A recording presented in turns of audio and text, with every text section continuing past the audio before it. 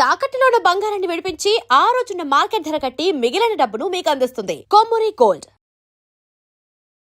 నమస్తే, నేను ముఖేష్. జూలై 27వ తారీఖు నుండి డిసెంబర్ 11 వరకు శని వక్రగతి అయితే జరగబోతుంది. ముఖ్యంగా ఈ శని వక్రగతి మార్పు వల్ల ద్వాదశ రాశుల వారికి ఎలా ఉండబోతుంది, ముఖ్యంగా ఏ రాశిపై ఎటువంటి ప్రభావం చూపబోతుంది, అదేవిధంగా ఆ రాశికి సంబంధించినటువంటి ఆరోగ్యం, ఐశ్వర్యం, ధనం, ఉద్యోగం ఇటువంటి వాటిలలో ఈ శని వక్రగతి ప్రభావం ఏ విధంగా ఉండబోతుందో తెలియజేయడానికి ఈరోజు మనతో పాటు ఉన్నారు వేదిక్ ఆస్ట్రాలజర్ శ్రీ గోనుగుంట్ల సురేష్ బాబు గారు. సార్ నమస్కారం. సార్ ముఖేష్ గారు నమస్కారం అండి. ముఖ్యంగా శని వక్రగతి అయితే ప్రారంభం కాబోతుంది. 138 రోజుల పాటు ఈ శని వక్రగతి ప్రభావం ఉండబోతుందని జ్యోతిష్య శాస్త్రం చెప్తుంది. ముఖ్యంగా ఈ శని వక్రగతి వల్ల ద్వాదశ రాశుల వారు ఎవరైతే ఉన్నారో మేష నుంచి మీనం వరకు వీరికి ఎలా ఉండబోతుంది అంటున్నారు. వీరి చేసే పనుల మీద కానీ వీరి ఆరోగ్య రీత్యా కానివ్వండి, వీరి వ్యక్తిగతంగా వీరిపై ఎటువంటి ప్రభావం చూపనుందంటారు? ఓం గం గణపతియే నమః, ఓం శం శనిశ్చరాయ నమః, నమో నమః. సో ముందు శని భగవానులకి చక్కగా నమస్కారం చేయడం చాలా ఇంపార్టెంట్. శని అంటే ఏంటంటేనండి లేట్ అని మీనింగ్ అండి. శనిచ్చర, చర అంటే మూవ్ అవటం, శనిచ్చర అంటారు అనమాట. శనీశ్వరుడు అంటారు కానీ యాక్చువల్గా మీనింగ్ శనిచ్చర అంటే చరం అంటే కదలటం అనమాట. శని అంటే లేటుగా, శని అన్నింటినీ లేటుగా కదిలిస్తుంటాడు కాబట్టి శనిచ్చరుడు అంటారు అనమాట. ఇప్పుడు ఏం జరుగుతుంది, ఒక 4.5 నెలల పాటు అంటే 27వ తారీఖు ఈ మంత్ నుంచి 11th డిసెంబర్ వరకు ఈ 4.5 మంత్ శని ఇప్పటిదాకా క్లాక్ వైజ్ డైరెక్షన్లో వెళ్తున్న శని రివర్స్లో వస్తూ ఉంటాడండి.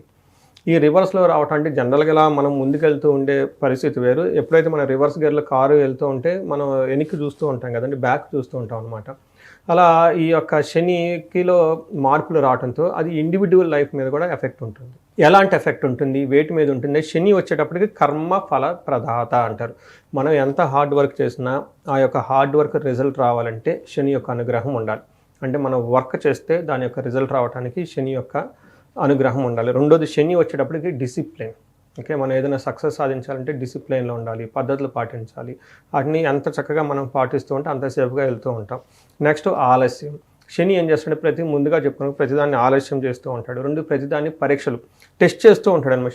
శని క్వాలిటీ కంట్రోలర్, క్వాలిటీ చెక్ చేస్తూ ఉంటాడు అనమాట. ఎక్కడైనా బాగలేకపోతే మళ్ళీ వెనక్కి కుట్టేస్తూ ఉంటాడు అనమాట ఫైల్. అంతే కదండి, ఫైల్ ముందుకు వాళ్ళని ఎక్కడ తేడా ఉంటే ఏం చేస్తాం, వెనక్కి మళ్ళీ రిటర్న్ పంపించేస్తాం అనమాట. ట్రాన్సాక్షన్ ఆన్లైన్లో ముందుకు వెళ్ళిపోదు అంటే శని ఆటంకం పెట్టేశాడు అని చెప్తారనమాట. అంతేకాకుండా వైరాగ్యం.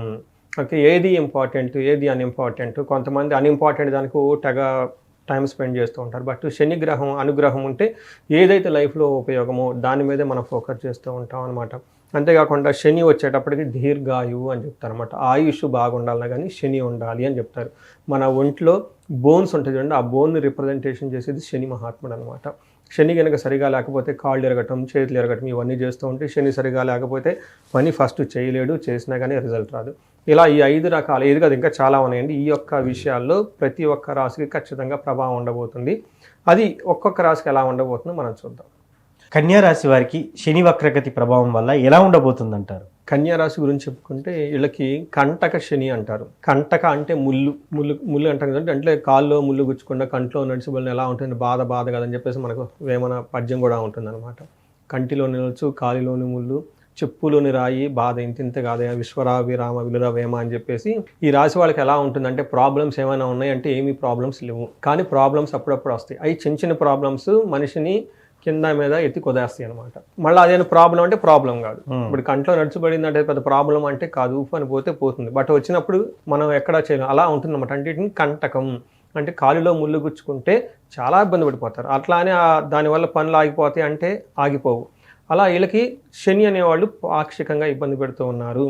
అయితే ఎక్కడెక్కడ కూడా పనులు అయితే ఏమీ ఆగవు, వచ్చినప్పుడు మాత్రం కొంచెం తీవ్రంగా సమస్యలు ఉంటాయి అని చెప్తారు. మరి ఎలాంటి సమస్యలు వస్తాయి అంటే వ్యాధి, పీడ, ప్రవాసం, అంతఃక్లేశం, మహద్భయం, అర్ధనాశనం, మనస్తాపం, సప్తమగే శని అంటారు. అంటే 7వ స్థానంలో శని ఉంటే ఏమవుతుంది, వ్యాధి, పీడం, అప్పుడప్పుడు వ్యాధులు వచ్చిపోతూ ఉంటాయి అని చెప్తారు. నెక్స్ట్ ప్రవాసం, ఇది మోస్ట్ ఇంపార్టెంట్. దూర ప్రాంతాలు వెళ్ళి అక్కడ సెటిల్ అయ్యే అవకాశం ఎక్కువగా ఉంటుంది. ఎవరైనా కనుక గవర్నమెంట్ అఫీషియల్స్ ఉంటే ఫిక్స్డ్గా ఒక చోట ఉండకుండా వాళ్ళకి ట్రాన్స్ఫర్స్ అయ్యేసి అక్కడ ఉండే అవకాశం మనకు ఉంటుంది. మళ్ళీ ఫారిన్ వెళ్ళాలి అనుకున్న వాళ్ళకి, ఫారిన్లో సెటిల్ అయ్యి వెళ్ళాలి అనుకున్న వాళ్ళకి, లేదంటే ఫారిన్లో ఉండేసి ఇండియాకి వద్దాము ఇప్పుడు పరిస్థితి అంతా బయట బాగలేదు, కొంతమందికి ఇండియాలో ఉంటే బాగుంటుందా, చాలామంది నాకు రీసెంట్ కాల్స్ ఎక్కువ ఇవే వచ్చేస్తాయి. మేము ఫారిన్లో ఉంటే బాగుంటుందా, లేదంటే ఇండియా వచ్చేస్తే బాగుంటుందా, కొంతమంది ఇండియాలో ఉండి ఫారిన్ వెళ్తే బాగుంటుంది, ఎలా ఉంటుందని అడుగుతుంటారు. కొంతమంది కొంతకాలం అమెరికాలో ఫారిన్లో ఉండేసి మళ్ళీ ఇండియాకి వచ్చేసి ఇక్కడ జాబ్ చేసి మళ్ళీ అటు వెళ్దామని చూస్తూ ఉంటారు అనమాట. ఎవరైనా కనుక ఫారిన్లో ఉండి ప్రవాసం అని చెప్తారు సంస్కృతంలో, అంటే అవుట్ స్టేషన్లో ఎక్కడన్నా ఉండి దూర ప్రాంతాల్లో జాబులు చేస్తున్న వాళ్ళు ఉండి, లేదంటే గవర్నమెంట్ అఫీషియల్స్కి ఉన్న ఊరు ఒకటైతే ట్రాన్స్ఫర్ ఎక్కడో వేరే ఊళ్ళో పడిపోతుంది అనమాట. ఇలాంటి వాళ్ళు ఎవరైనా కనుక ఇబ్బందులు పడుతూ ఉంటే ఇది ఒక బెస్ట్ టైం, ఈ టైంలో రివ్యూ చేసుకోవడానికి అని చెప్పుకోవచ్చు అనమాట. బట్ అలా వెళ్ళిపోయే ఉన్న వాళ్ళకి కూడా ఇది కొంచెం ప్రాబ్లమ్స్ ఉంటాయి అనమాట. నెక్స్ట్ అర్ధనాశనం, తద్వారా విపరీతంగా ధనం కోల్పోతారు. అంతేకాదు అటు ఇటు తిరగటము, ప్రయాణాలు చేయటం, దీనికి సెటిల్మెంట్ కాస్ట్ అంతా ఉంటుంది కదండి, వీటి ద్వారా ధనం ఖర్చు అయ్యే అవకాశం ఉంటుంది. బట్ ఈ టైంలో ఎడ్యుకేషన్ విషయంలో జాగ్రత్తగా ఉండాలి. తర్వాత యాక్సిడెంట్లు చేసేటప్పుడు, ఇక్కడ ట్రావెల్ చేసేటప్పుడు యాక్సిడెంట్లు అయ్యే అవకాశం ఎక్కువగా ఉంటుంది కాబట్టి కేర్ఫుల్గా ఉండటం చాలా అవసరం ఈ రాశి వాళ్ళు. బట్ ఇప్పుడు వక్రీకరిస్తున్నారు కదండి, మరి ఏంటి అంటే ఇందులో 5 రకాల విషయాలు వీళ్ళకి ఉపశమనం వస్తుంది. ఫస్ట్ది ఆరోగ్య విషయంలో పాతకు సంబంధించిన హెల్త్ కాంప్లికేషన్స్ ఏమైనా ఉంటే ఒకసారి రివ్యూ చేసుకోవటం మంచిది, తిరిగి వచ్చే అవకాశం ఉంటుంది. రెండోది ప్రయాణాలు కనుక చేస్తే వాయిదా పడే అవకాశం ఎక్కువగా ఉంటుంది. దూర ప్రయాణాలు తిరిగి మళ్ళీ వాయిదా పడి మళ్ళీ తిరిగి ప్రారంభమవుతాయి అనమాట. ఇప్పటిదాకా మనం అదే చెప్పుకున్నాం చూసారా, లాంగ్ ప్రయాణాలు చేయాలి, తర్వాత ఫారిన్లో ఉన్నారు, సెటిల్మెంట్లో ఉన్న వాళ్ళు, ఇలాంటి వాళ్ళందరూ కూడా ఒక క్లారిటీ వచ్చే అవకాశం ఎక్కువగా ఉంటుంది. వాటికి పునరుద్ధరించుకుంటాను అనమాట. దాంపత్య జీవితం ఎలా ఉంటుందంటే మోస్ట్లీ అపార్థాలు ఉంటాయండి, కానీ అవి పరిష్కరించుకుంటారు సక్సెస్ఫుల్గా పరిష్కరించుకుంటారు. నెక్స్ట్ మానసిక ఒత్తిడి, ఏదైనా సంఘటనలు జరిగి వీళ్ళకి మనం ఏం చెప్పుకున్నాం, మహత్ భయం అని చెప్పుకున్నాం, అంటే చిన్న చిన్న విషయాలకు భయపడుతూ ఉంటారు.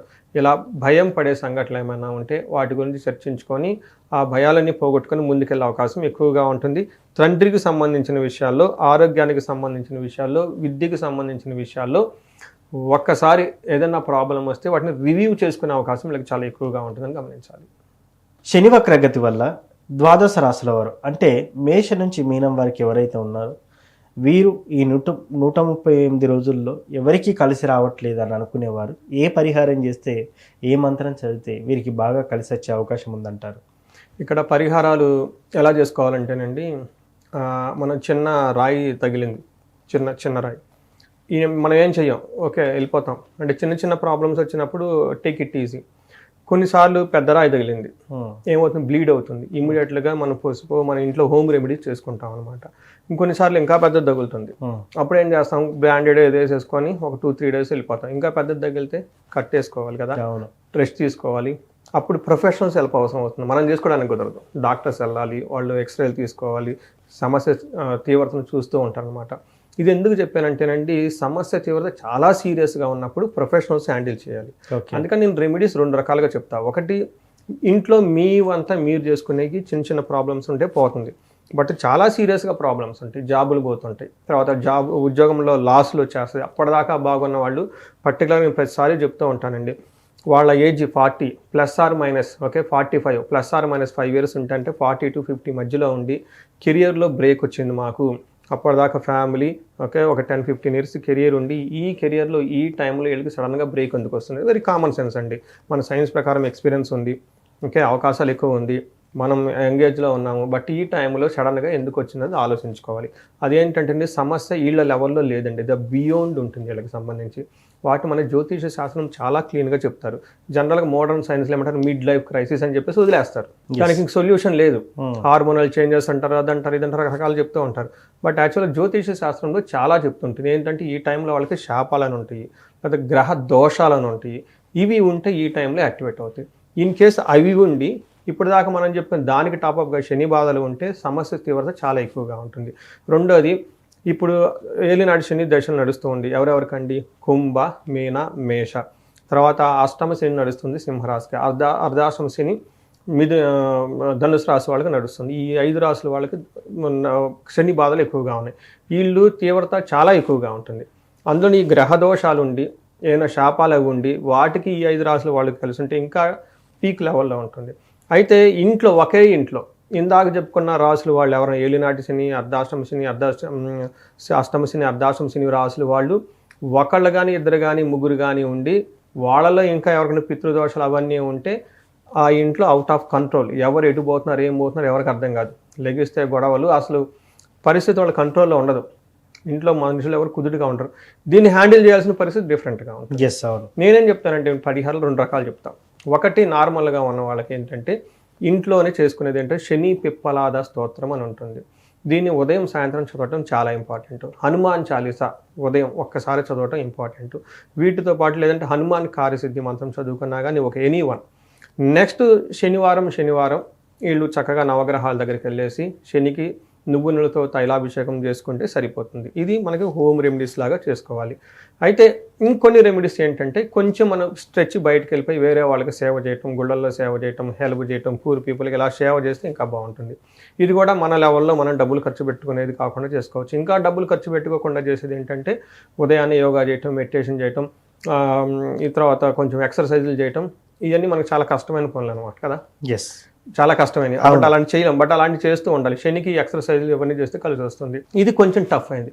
ఇంకా టఫ్ అయిన ఉంటుంది. ఇందాక మనం చెప్పుకున్నట్టుగా చాలా సీరియస్గా ఉన్న వాళ్ళు ఇవి పరిస్థితి వాళ్ళు హ్యాండిల్ చేయలేరు కాబట్టి ప్రొఫెషనల్స్ రావాలి. అప్పుడు ఏంటంటే అండి శనికి సంపూర్ణ శాంతి పూజలు అని చేయాలంటే శనికి జపాలు, దానాలు, హోమాలు, తర్పణం అని చెప్పేసి ఇది బ్రాహ్మణుల దగ్గరికి వెళ్ళేసి ఆ మంత్రసిద్ధి ఉన్న వాళ్ళ దగ్గరికి వెళ్ళిపోయేసి వాళ్ళ దగ్గర ఈ పూజలు చేయించుకుంటే శని అనేవాళ్ళు శాంతి పడతారు. అంటే దానితో పాటుగా శనికి అధిష్టాన దేవత దక్షిణ కాళీ అమ్మవారు అనమాట. ఈ దక్షిణ కాళీ అమ్మవారికి సంబంధించిన జపం చేయించుకొని ఇంకా మన్యు పాశుపత అభిషేకం అని ఉంటుంది. అంటే కార్యజయం వస్తుంది. ఎవరైనా కనుక ఎక్కడైనా ఆగిపోయి ఉంటే కార్యజయం రావడానికి, శత్రుబాధలు విపరీతంగా ఉంటారు. పద్దాకలు వీళ్ళ మనాన్ని ఇల్లుంటే వచ్చి ఇబ్బంది పెడుతూ ఉంటారు అన్నమాట. అట్లాంటి వాళ్ళకి శత్రుబాధలు పోవడానికి. మూడోది ఏం చెప్తారంటే వీళ్ళకి ధన ప్రవాహం కావాలి. అందుకని చెప్పేసి మన్యు పాశుపత అభిషేకము, శనికి సంపూర్ణమైన శాంతి పూజలు చేయించుకుంటూ ఉంటే చక్కగా ఈ ప్రాబ్లమ్స్ నుంచి చాలా వరకు తగ్గిపోతాయి అని చెప్తారు. అంటే పోతాయి అని చెప్పేసి అనకూడదు. ఇంకా మనం ప్రాక్టికల్గా చూస్తే ఒక 70%, 80% ప్రాబ్లమ్స్ అన్ని మనం తగ్గించుకోవచ్చు. ఈ పూజల యొక్క ప్రభావంతో వాళ్ళకి లైఫ్ అనేది ఖచ్చితంగా నెక్స్ట్ లెవెల్కి అయితే వెళ్ళిపోతారనమాట.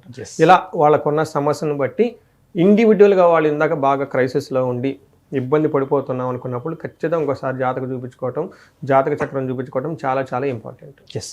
సో ముఖ్యంగా ద్వాదశ రాశుల వారికి శని వక్రగతి వల్ల ఎలాంటి ప్రభావం చూపబోతుంది అని చాలా చక్కగా చెప్పున్నారు. వ్యక్తిగతంగా కూడా ఇంకేమైనా తెలుసుకోవాలనుకుంటే పర్సనల్గా మీతో 1-to-1 మీట్ అయినా లేకపోతే కాల్ మాట్లాడినా కూడా వాటికి సంబంధించినటువంటి చక్కటి పరిహారం అందజేస్తామని కూడా చెప్పారు గురువుగారు. ధన్యవాదాలు.